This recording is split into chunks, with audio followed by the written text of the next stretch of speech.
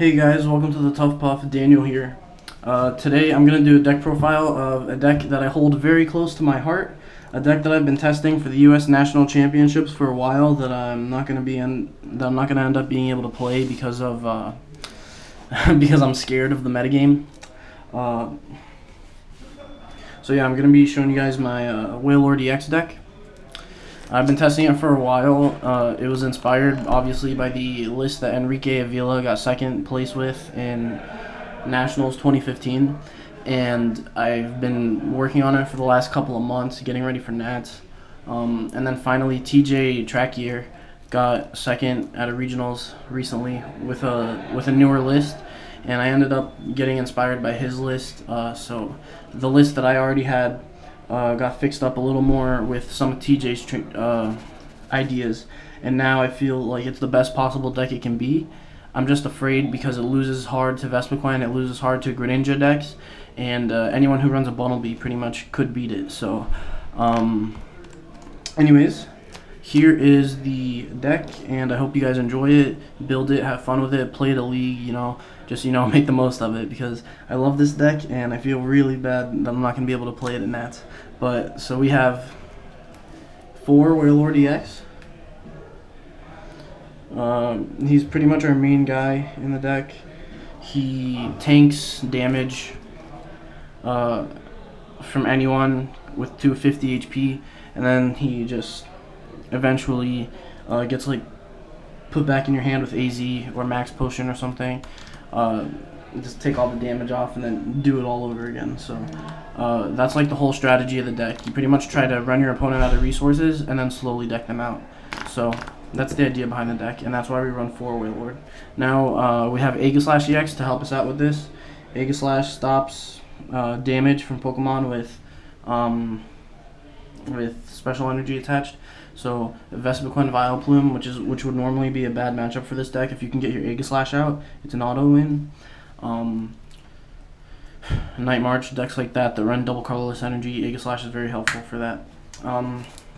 We have a Carbink from Fate's Collide, Safeguard one. The idea behind Carbink is to prevent all effects of attacks, including damage done to it by EXs.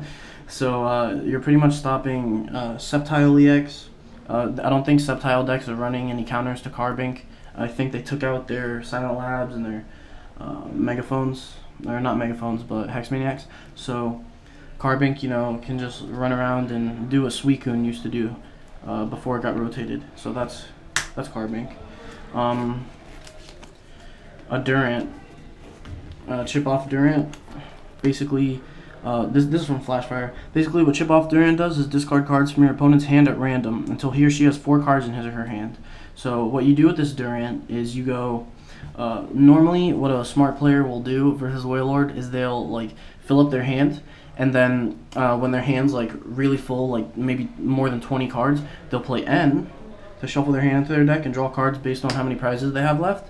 So when they do that, if they can spam that long enough, they'll just stall you out to get a tie, or they'll just end up getting a win, especially in top cuts. So the idea behind Durant is if they start holding their stuff in their hand, you hold your Durant in your hand, and then you drop Durant, attach an energy to it, and AZ or Cassius Wailord into your deck all at once, so that they don't see it coming, and then you discard 16 cards from their hand, and they just can't recover from that. Now, the cool thing about Durant that makes it better than Hue, since it's pretty much a replacement for Hue, as that card's expanded, is that Durant, actually you choose what cards to discard, even though it's at random. So, whereas with Hue, your opponent has to, choose their own cards to discard, you can just shuffle your opponent's hand and discard, whatever cards you end up getting lucky enough to pull. So, for example, you could pull a bunch of VS Seekers and more Ends, or a bunch of energy, or you could just pull nothing. So it's got that that variance to it that makes it a little bit better than Hue. Now we have Bunnelby from Primal Clash, the one that attacks twice with Burrow and Rototiller. Everyone knows this card. The idea behind Bunnelby is to shuffle in the cards that we end up using throughout the game.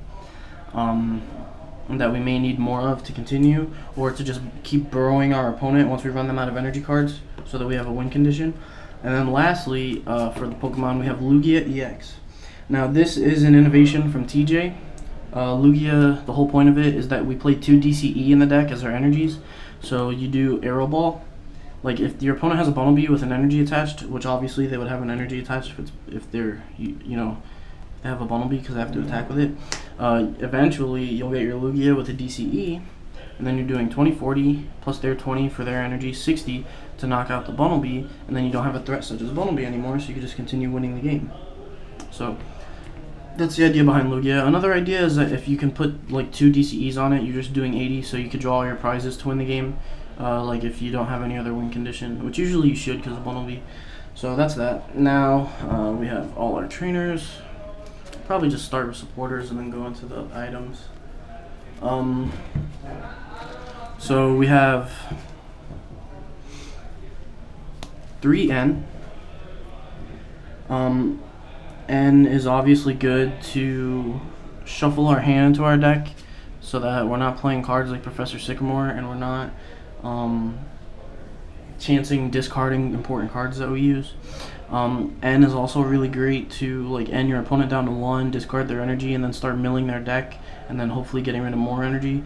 It's just a good card in here. And then for those times when they have like 20 plus cards in their hand, or you do, and you don't want to shuffle your hand in, or it's mostly like if they have plus 20 cards in their hand, you don't want to shuffle their hand in. You have Shauna to shuffle your own hand in and then draw 5. So it's the same thing as N, except it's for yourself pretty much. We have 4 Team Flare Grunt. Team Flare Grunt is obviously your energy removal. I'm not sure if 4 is like incredible anymore. Like this deck was invented back when Seismitoad was huge. So obviously if you're under item lock, you would want the 4 Team Flare Grunt so that if you drew into them, you could take off the DCE from Toad and, you know, be able to win them to close out your games. Now nowadays it's not, you know, super necessary to run 4 Flare Grunt because of how like small Toad has become, but I think 4 Flare Grunt's still a solid play just to guarantee that you get energy off. So that's personal preference, but I like it. Now we have 4 caches. Shuffle 1 Pokemon and all cards attached to it into your deck. That's the Shuffle in Wailord. It's the same thing as AZ pretty much, like your healing, except it goes into your deck, which you could just get it right back out anyways. 4 AZ. Put a Pokemon into your hand, discard all cards attached to it. That's another heal card of sorts, especially under item lock. These cards are great. That was where the innovation from Enrique came in. 3 Team Rocket's Handiwork. This is another thing that TJ pretty much inspired me on. I used to run 1 Handiwork and 1 Delinquent. Because I didn't run Chip Off Durant, I just kept spamming Delinquent to discard my opponent's hand 3 cards at a time. But I feel that these 3 Handiwork is so much better because this card pushes you so far in the game. Like there's nothing your opponent can really do if like you keep handiworking their cards away. At some point you could like burrow and handiwork and hope to flip like double heads and discard 6 cards to deck them out when they have 6 cards left and they least expect it. But you got to get really lucky for that, obviously. Now we have 3 Pokemon Fan Club to search our deck for our Wailords and any of these other Pokemon. Obviously we don't want to play Ultra Balls and stuff because we don't want to discard, and we don't want to play Dive Ball because we don't want to have items versus a lot of these item lock decks like Trevenant, Vileplume, whatnot. 1 Xerosic, just discarded DCE, discarded tools. You know, everyone knows what he's there for. 1 Skyla. Search your deck for a Rough Seas. Since we do play Rough Seas, any one of your supporters, any one of your items, whatever, Skyla's there just for that. The original list that Enrique had played 3 Skyla, but I think 1's fair now. I was testing a list that ran 0 Skyla. This is John's choice. John wanted 1 Skyla in his deck. And then we have 1 Lysander. Lysander is like a good card in any deck, obviously. Like especially against Trevenant and Vespiquen Vileplume. Against Vespiquen, you can Lysander their Vileplume if they didn't get a Floatstone on it, and then like they can't attack for a while, giving you more time to get out a Nega Slash, I guess. And versus Trevenant, obviously, if you Lysander something that's not a Trevenant, you can start playing your items down. So here comes all the items. We have 4 VS Seeger, that's a given. 4 Crushing Hammer. Now this is another thing that TJ did, that I pretty much copied. I didn't run Crushing Hammer in my list before I saw his list. I ran like a Trick Shovel, a Megaphone, and a bunch of one-off techs. Now the Crushing Hammer is way better, and the reason I say that is because if you're playing against a deck like Sceptile, like Mega Sceptile, who runs off basic energies and not specials, you know, you're gonna have a hard time discarding. So Crushing Hammer just makes sure that you can discard their stuff, and it's just a good card all around. It helps against fighting too, which I don't know if that's gonna be a thing, but it could be. And then we have 4 Max Potion, which is your heal. So 4 Max Potion, 4 AZ, 4 Cassius, 4 VS Seeker. That's your heal. So once you run out of those, you're in a little bit of trouble, I guess. 4 Puzzle of Time, because whenever you need something, you can just get 2 of them right back. I love Puzzle of Time in here. 4 Rough Seas, because we want to take out Trev's stadiums for our own Rough Seas and then heal their Silent Fears. So I think Rough Seas is great in here. 2 Hard Charm, so that attacks do 20 less to our Wailord, and to anything really.